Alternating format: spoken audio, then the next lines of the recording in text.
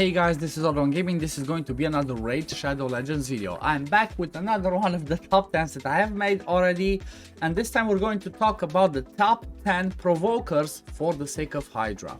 Like we all know, and maybe we all agree, that the most annoying head in Hydra is the head of DK, the one that keeps doing AoE clans or single target clans, that puts that, puts that egg on exactly the head that eats your champion and makes it almost impossible sometimes to have your champion be released. So that's why this time we're gonna be talking about that. Last time we talked about the top 10 mischief targets, which is another one of the annoying ones because mischief steals buffs and all that. However, this time around we're gonna talk about what, again, in my opinion, what I think from what I've tested, what I've used and what I've seen.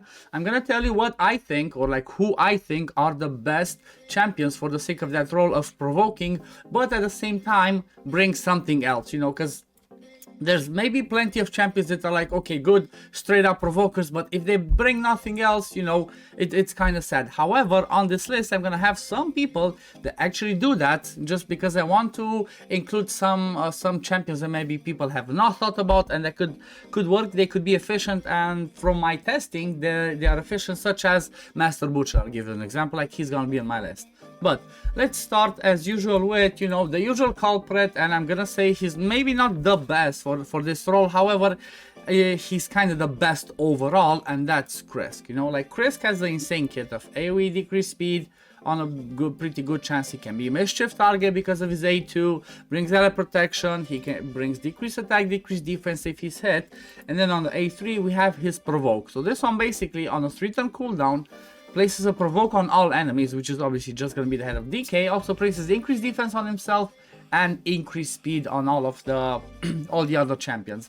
Bear in mind that the way that the head of DK works, it is like this. It's not going to attack the champion that provokes it. It's going to attack the champion that has the lowest HP. That's the way that the DK always does its targeting. However, if the head of DK is provoked, basically he cannot use his active skills, which are the AoE provoke and the single target provoke plus that egg. So that's what provoke does. In case you didn't know, or you haven't heard this before, that's how this mechanic works. So that's why provoke can be extremely powerful, because basically if you keep the head of DK provoked, you force it to only do A1s for days, and the cleanse not happening makes it easier to deal with the other heads. You don't get ally protection from suffering, you don't get the increased attack from head of wrath, you don't get buffs stolen by the head of mischief if you have a block buffs in there, and then the cleanse never happened. So that's the reason why provoke is so powerful. So let's move along from Krisk. Let's go to number 2. Honestly, this is maybe a personal favorite, which I love him, and I would like to put him on number 1. I don't have a Krisk, that's why. And that is Solas. If you are aware or not, Solas is the hardest hitting AoE nuker that's defense based in the game. This A3 hits the hardest. The next one after this one, I think it's either Steltas, the new guy that came out, or if not, it's Tatura that has the hardest hitting one. So basically why is Solas so good is because of this. On his A3 he has an AoE hit that does provoke. It's on a 4-turn cooldown. The provoke is only for 1 turn.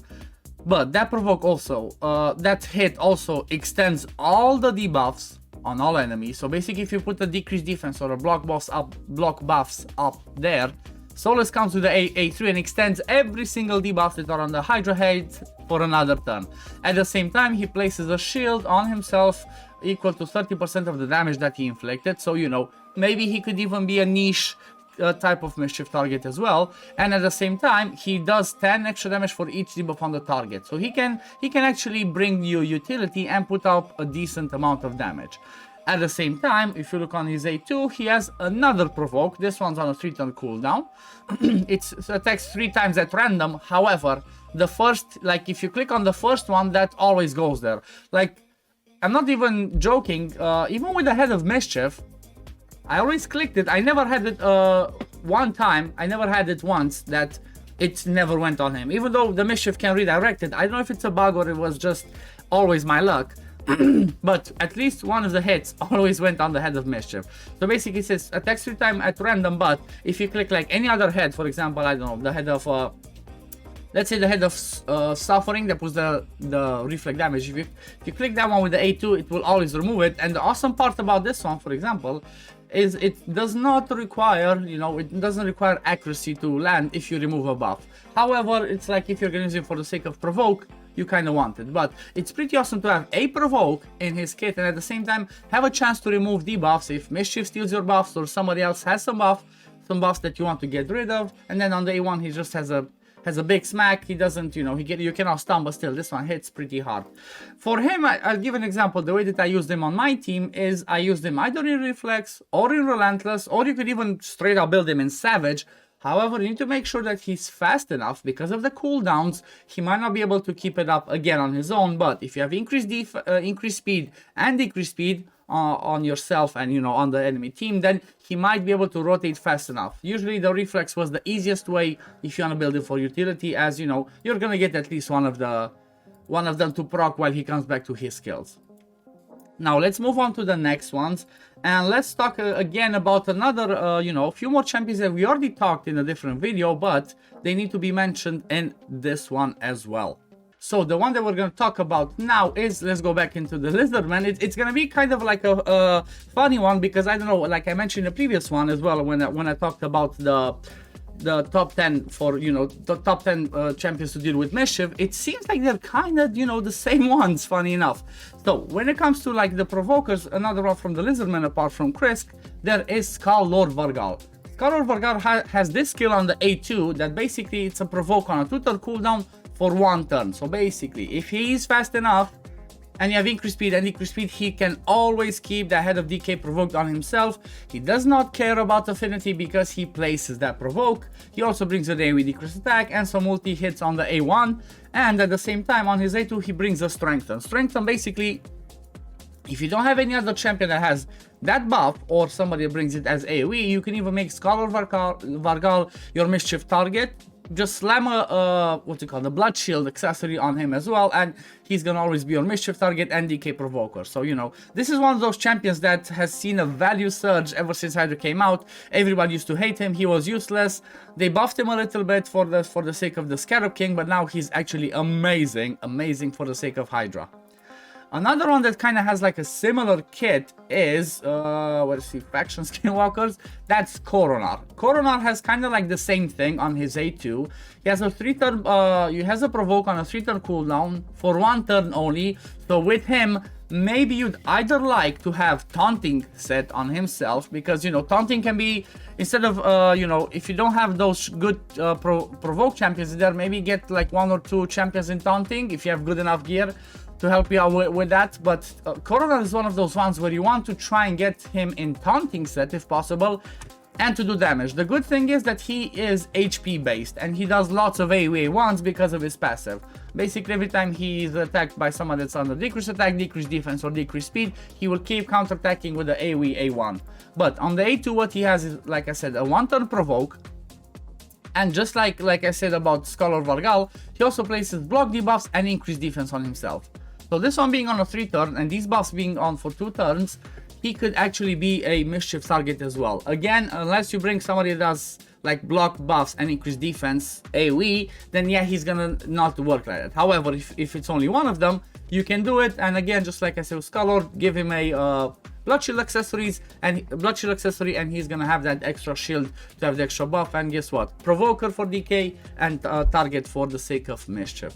His A1 is pretty awesome as well, and at the same time he also brings a decreased attack AoE or a decreased defense AoE if there's already decreased attack out there. So, you know, Coronado overall has a pretty good kit and he can actually smack.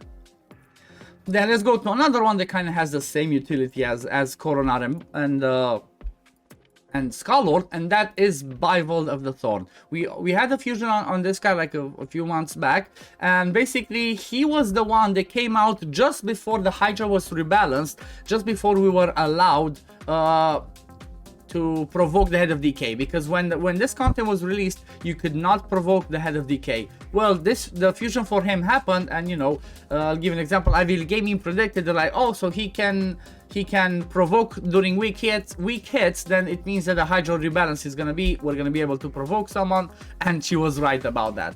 So basically what he does is on his A2 he has a double AoE, hit, 1 does provoke, 1 does leech, 3 turn cooldown for 1 turn, but it can go through weak hits. So again, with him, you do not care the affinity. So it's kind of like he places it basically, because even if there's poison cloud out there, even if the head of decay is magic, he can still land the provoke on the A2, and guess what, he has another backup on his own kit on the A1, another provoke that's on a 50% chance to land. At the same time, on his A3, this one can smack pretty hard if there's lots of debuffs, or like even if it's just a few, he can heal and bring shields for the whole team. At the same time, the passive is not too useful, as he's not going to be attacked personally, so the damage mitigation is not too crazy. It's like, yeah, maybe not. Oh yeah, actually, you know what, I was wrong, I read it wrong the last time. So the damage taken by all allies for enemies under provoke is, under provoke debuff is reduced by 50%. So that's actually good, because at least the head of DK is going to attack, which is the only one that you can provoke, is always going to be protected by this one. And he also brings a good aura in all battles.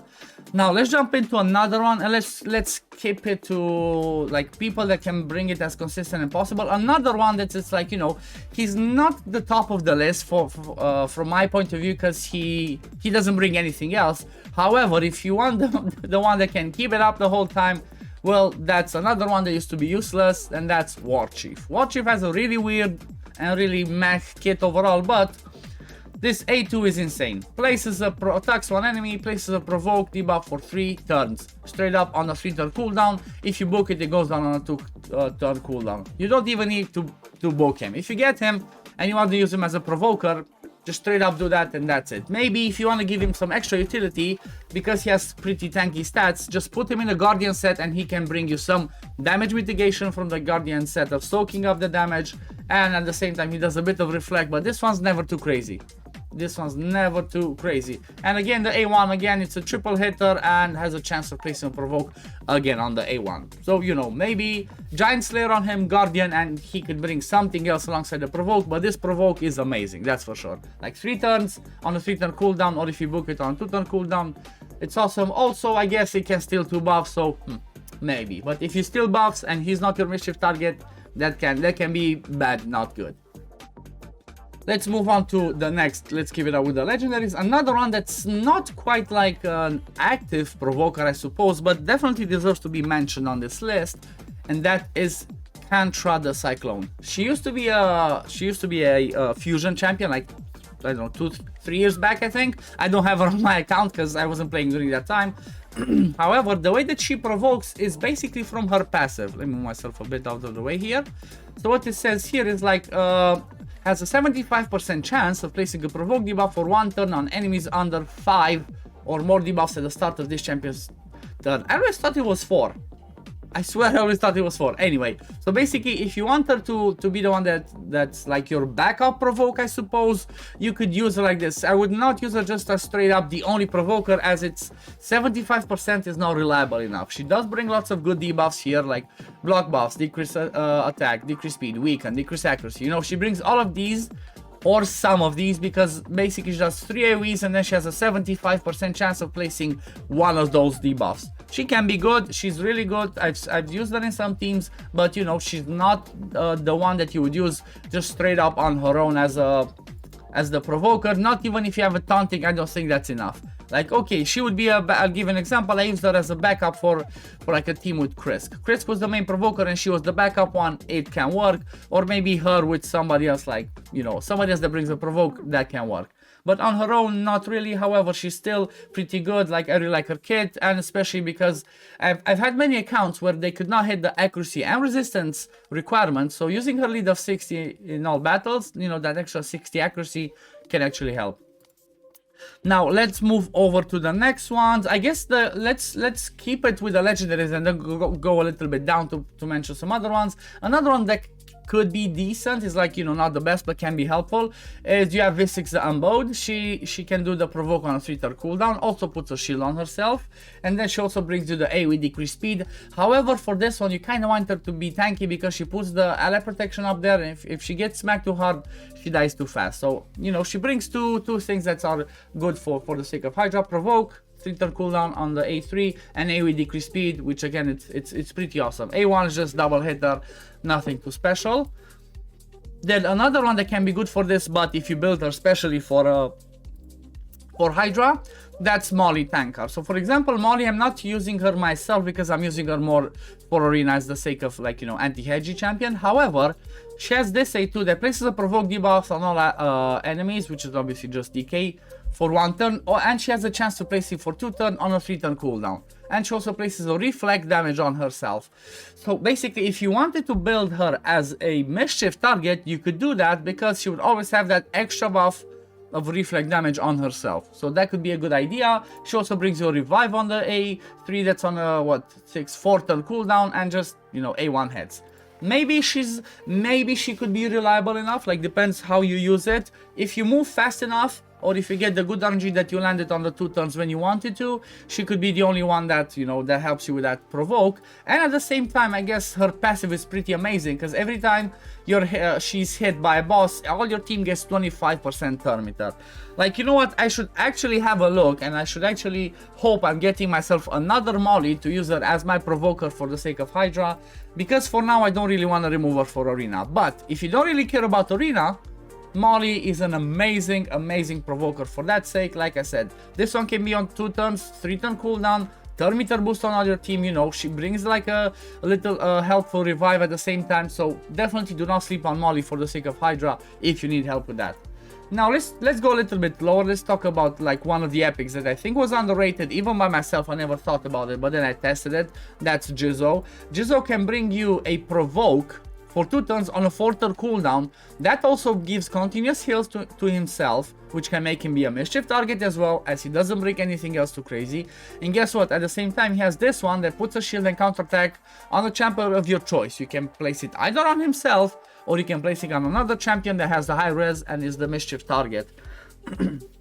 And the good thing about this one is, guess what, this one gives an extra turn. So basically, this one being on a 4 turn cooldown plus the extra turn on the A2, you would almost always have that provoke up. Like, he could keep the provoke up on his own. And if you don't believe me, let me show you what my brutal team looks like. Even though I just did a quick team this week, I actually used, and always I'm using so far, Jizo as my provoker in a reflex, just like, you know, because that I had him built in a reflex set like a while back, because I thought he might not be, you know, he might not be able to keep it up enough. He actually does. Like, he actually does. I have times where I'm sleeping on that provoke because I don't need to use it. And I guess I kind of put Husk alongside, but Husk doesn't really need to help with this. Maybe, for example, the only downside of Jizo is his affinity. Like, because he's spirit affinity, he can weak hit because he hits with this one. So for example, for this rotation, I'm a little bit in trouble if he doesn't land it, but you know, it still worked. I'm not too worried. He's amazing. The only affinities the only rotations that you're gonna have problem with this is, I think, this rotation 5 and rotation number 2. I think those are the only ones that have that have magic affinity. Every other one is force or spirit. So then Jizo is an amazing provoker. Another one that I really used a little bit because I was desperate, I didn't have a better provoker. You're not gonna believe this, I was saying at the beginning, it's actually Master Butcher. He doesn't bring anything else, just that. Like, I mean, maybe if you don't have an increased crit rate, increased attack on your team, this could be helpful. Like, I'll give an example. Maybe you have a, moving myself in the middle of this, maybe if you have a team and, you know, you want to hit a bit more, you could build all of your champions with 15% less crit rate, and because he has this on a 4 turn cooldown, you might build him in a reflex. He could keep up that increased crit rate all the time, and even the baby increased attack, in case you don't have anybody else that brings you the increased attack. But the thing that I like about him is he has this on a 4 turn cooldown for 2 turns, the provoke, but he also has a baby one on his A1. So, you know, if sometimes like he doesn't come back to his A2 fast enough, you have another 30% chance of placing that provoke on the A1. Unfortunately, the heal part of his passive does not work for the sake of Hydra, because Hydra are bosses, but you can use, this one could be helpful. The other passive that basically whenever he's killed, he revives a random ally if somebody else is dead with full HP. So, you know, if you have no other option, like I said before, he can be amazing. He's a rare, it's easier to get and it's easier to book. Like, you only need 1 book here and that's it. You stop, you know? And maybe if you use it for other count, you book some other stuff. But for the sake of what you want him, 1 book on day 2 and you're good to go. You have yourself a like a DK provoker, and at the same time, guess what? You could even build him in a guardian, since he doesn't bring anything else. You can even build him in a Guardian set so he soaks up some of that damage and then he heals with that as well. But yeah, I think this is gonna be it for the video and for my team. If you think that I left somebody out that deserves some mentions, please do leave it in the comment below so you know other people can see it and maybe give other people ideas. I try to keep the list to like, you know, the ones that I thought could be like in the top 10. There's plenty more out there that, you know, could be mentioned, maybe like somebody like a Husk on day one, but I wanted to keep it like this. However, I want to know your opinions and what champions do you guys use for the sake of provoking the head of DK on Hydra. But this is gonna be it for the video today. Thank you for watching, guys. If you enjoyed it, don't forget to like and subscribe, and I'm going to see you in the next video. Peace, love, take care everyone. Bye, guys.